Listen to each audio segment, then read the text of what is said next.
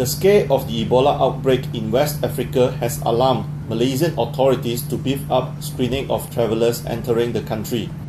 However, the public claims that the authorities have not done enough to properly screen the travellers at the Kuala Lumpur International Airport. A journalist from The Star made a trip to the airport recently to see if Malaysia has its measures to tackle Ebola well in place. A small booth is located a few meters from the immigration counters. The booth, manned by two health ministry officials, is installed with two thermographic cameras that capture images of travellers coming from the moving walkways that lead out of the satellite terminal. The officials monitor the cameras and look for flashes of green in a passenger's body, which will indicate that he has high temperature or a fever. The officials say when they find a passenger has a fever, they will direct him to a quarantine area for further checks.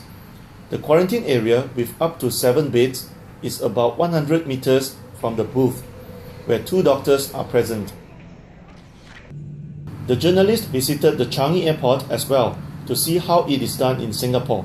Screening stations are hidden under the escalators leading to the immigration checkpoints. The checks are specifically targeted at passengers with passports from Ebola-hit countries in West Africa. Immigration officers will then direct the passenger to the screening station for fever checks. Compared with the major airports in the United States of America, the measures taken by Malaysian authorities to screen suspected Ebola patients are less stringent.